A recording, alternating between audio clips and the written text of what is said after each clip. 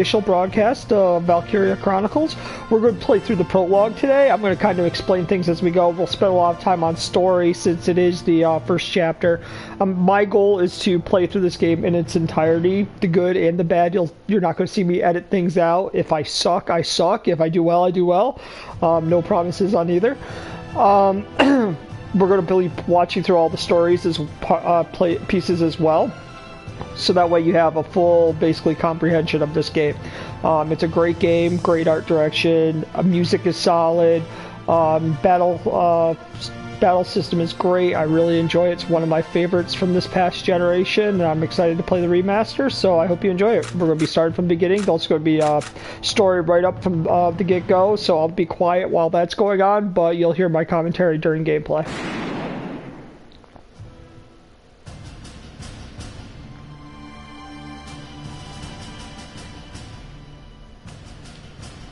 The year was 1935 EC. Two powers controlled the continent. In the east, the sun rose over the autocratic East European Imperial Alliance, otherwise known as the Empire. In the west, a network of loosely allied democracies formed the Atlantic Federation. Both powers depended on a precious mineral ragnite for their survival, and its growing scarcity led to the inevitable war. Hostilities began in the east when the Empire aggressively crossed their western border. The Atlantic Federation responded, and the Second European War was on.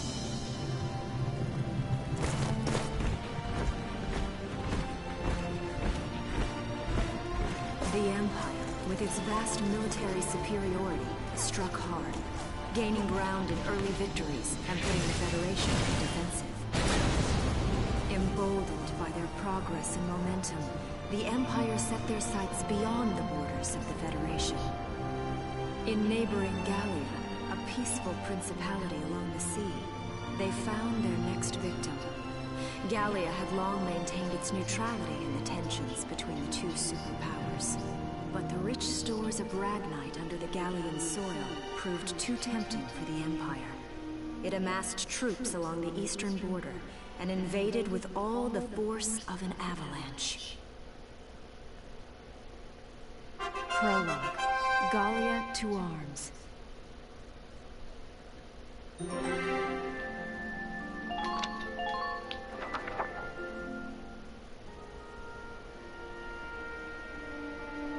March, 1935. Outside the Gallian border town of Brule.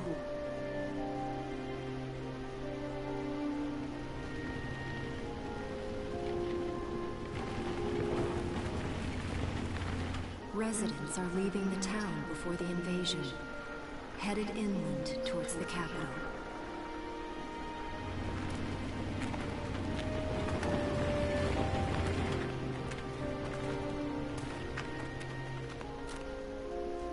I haven't been down this road in years. It really hasn't changed very much.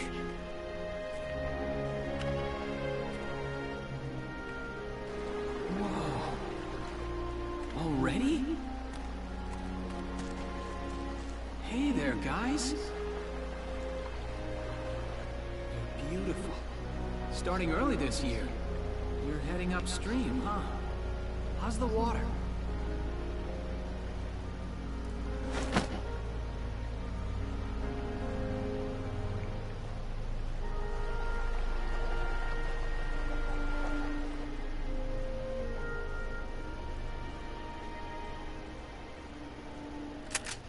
Freeze!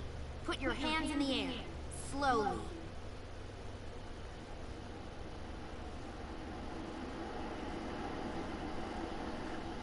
Haven't seen you around before. What's your name? My name's Welkin. And you are... The one with the gun. We're with the Bruletown Watch. I'm Alicia. Alicia Melchiot. So, I'm wondering what you've been writing in that little book you've got there. Imperial spies are in the area. This book is nothing, really. I was just sketching the fish and, you know... Yes. Oh, I know. And you know there's a war on, don't you? All right then, Mr. Artist. We'll talk about fish sketching down at the station. Take him away.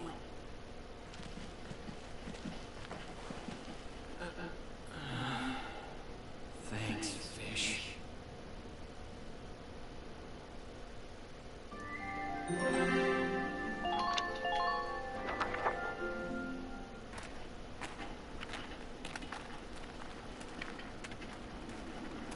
Flowers, bugs, and fish. You're not bad with a pen, are you? I have to say, they're really very good. Thank you. So you see, I really was just sketching. Maybe. Or this could be some kind of secret code. And I intend to take my time finding out for sure. Great. Welks? Is that you? Kisara! Oh, your timing is perfect. What have you gotten yourself into now, Welkin? Wait. Don't you live at the old General's house? That's right. I'm General Gunther's daughter, Kisara. You do know everyone's supposed to evacuate, right? Yes, I'm aware of that. My brother's here to help me move to the capital, but that may be difficult. I mean, unless you're willing to let him go, that is. Huh?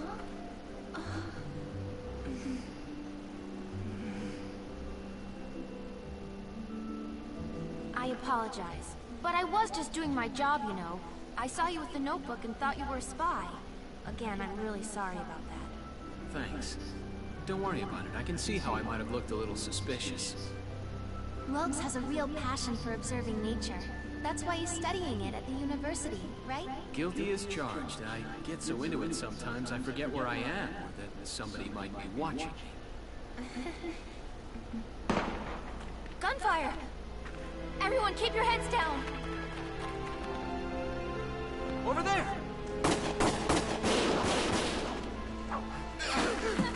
Come on!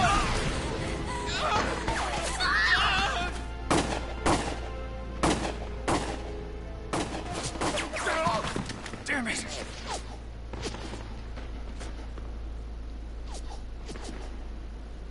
Welkin, you can handle a gun, right?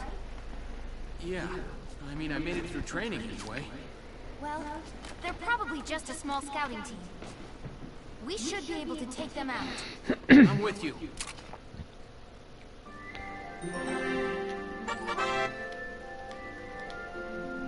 Okay, so we're going to jump right into our first battle. We'll kind of wing it as we go. Here we go. Okay, here's the plan.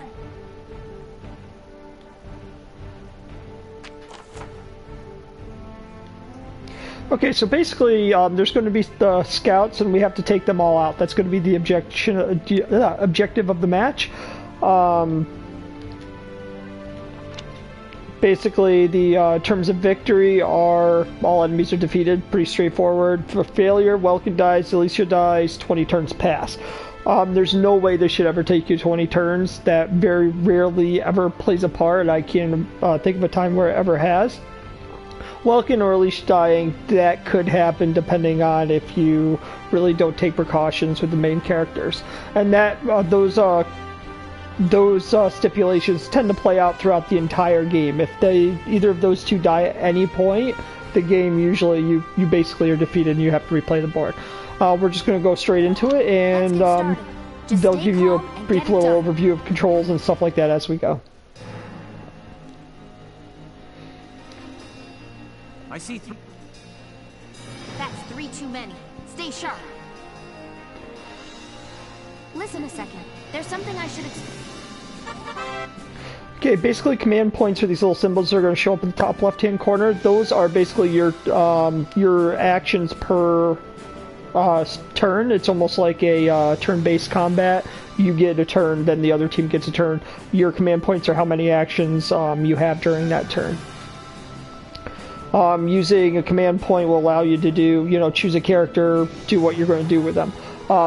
Generally, they take 1 command points. Later on, when you have tanks, they'll take 2, and so on. You basically just have to manage your command points.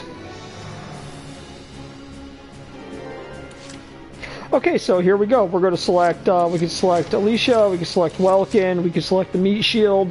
We're going to go right off the bat. We're going to go with Alicia. She has the best mobility, and we're just going to kind of take it to it. We're going to try to get our best ranking as possible, which means we're going to ramjet through here. Your action points are basically, you get an action point per turn. You also have your gauge on the bottom that allows you, that's your action point gauge. Basically, while that gauge is there, you can move around. Once it's depleted, your character stops right where they are. You can't do anything else. You can duck down if you're by sandbags, stuff like that, but you cannot move any longer. So you really want to make sure your character has cover by the time that bar runs out. And that is really your key to victory, is making sure your guys are in the right cover area and you're not overextending yourself. Sandbags provide cover. So here we go. Bottom corner, or bottom center, is your bar. You have your hit points in your right hand side, as you can see. And we're going to just kind of ramjet through here. So here we go. We're going. He's not going to see us because he's pointing the other way. They're going to do a little brief summary about tacking. Basically, you hit your trigger buttons up top. They'll pull up your gun. While you pull up your gun, they cannot shoot at you. It almost turns it into a turn-based system. So if you're taking a lot of fire, you're worried about taking a lot of fire, pull up your gun right away. And that way, they will not shoot you any longer. Bullets that are in the air will continue to hit you, but if they haven't shot anymore, that's where it'll end. So use it to your advantage, basically. Okay, so we're going to make sure that this guy, we're going to sneak right up on him. We're not going to be very sporting here. We're just going to put a couple of bullets in the back of his head. You'll notice that where you shoot him on the potty will depend on how much damage you give him. So the headshots definitely take fewer shots to kill an enemy's troop. Okay, so now we still have movement. As you can see with the orange bar, we still have about half the movement. So we're just going to continue to ramjet through. They're going to talk about using cover. Basically, don't stay out in the open. Get behind sandbags. As you can see, there's 2 more soldiers there. They are facing us, so when we get in range, they're going to start firing. So we're going to want to be as quick as possible.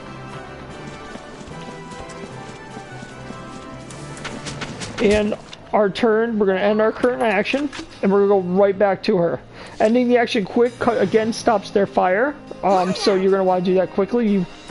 So we're going to duck down here. We're going to get a shot in here, and I hit the button by accident. So that was awesome. So you got to see my first mistake of the match. So we're going to end the turn again. That really cost us a ranking, because I'm not going to be able to defeat both people within my turn. So I'm just going to shoot him. So he's dead, which still leaves 1 more, and that's going to be the end of our turn. We are going to get a little closer here. We're going to stay behind the bags. I think I can get to the next bag and duck down. And that's where we're going to end our stage. So that error definitely hurt me in regards to our rankings later on after the end of the stage. Because now this is going to take a whole second turn now, unless this guy walks straight into her line of sight and she guns him down during her cover fire stage. Which he didn't. And he's going to end his turn, which means we go to turn number 2. And they're basically saying we can use the same character over and over again. Every time you use the character, they get less and less movement on the bottom. So we're going to just leave those characters there. We're just going to finish this up. We're going to stand up here, and we're going to get closer, duck behind there, and we're going to finish this off right here. Hopefully this time I won't fat finger the shot, and that'll end the operation. So as you can see, you can screw up. It does hurt you. At the end, they'll give you your rankings on how you complete the stage, and generally those rankings are based specifically on how many turns it takes you to get stuff done. And you get experience points and gold, basically, based on how many enemies you defeat and stuff like that. So that can always change. Your ranking also gives you higher experience and stuff like that. Again, we got a B because I messed up the shot earlier. So we're going to finish up the prologue, and we'll kind of cut our broadcast from there, and we'll start a new broadcast at Chapter 1.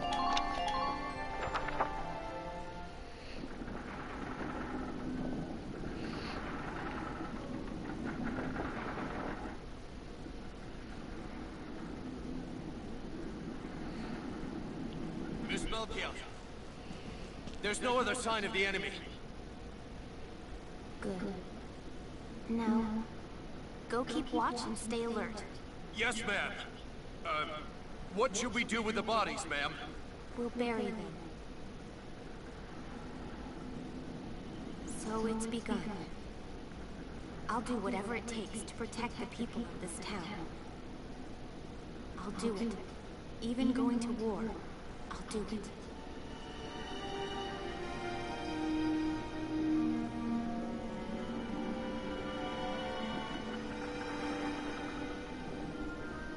What are those? Seeds from the lion's paw. It blooms white, small, simple, and strong. I want to be able to remember, once the war is over, that it wasn't all just people killing people. That even in war, there was also new life. On the 15th day of the 3rd month of the year 1935, the Empire began its assault in earnest. A formal declaration of war was made upon Gallia. Though it was only a small front in a massive continental assault, what followed would prove that a tiny nation could best a military giant. These events would tell a story of tragedy hidden in the mists of time. A story of courage and of trust, of persecution and hate, and of love blooming even through the flames of war. What follows is a record of this conflict, and of those who fought, lived, and died.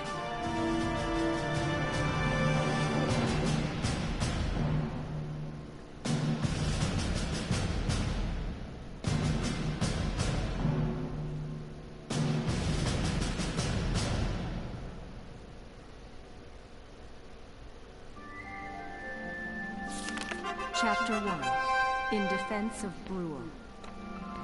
Okay, hope you enjoyed the prologue.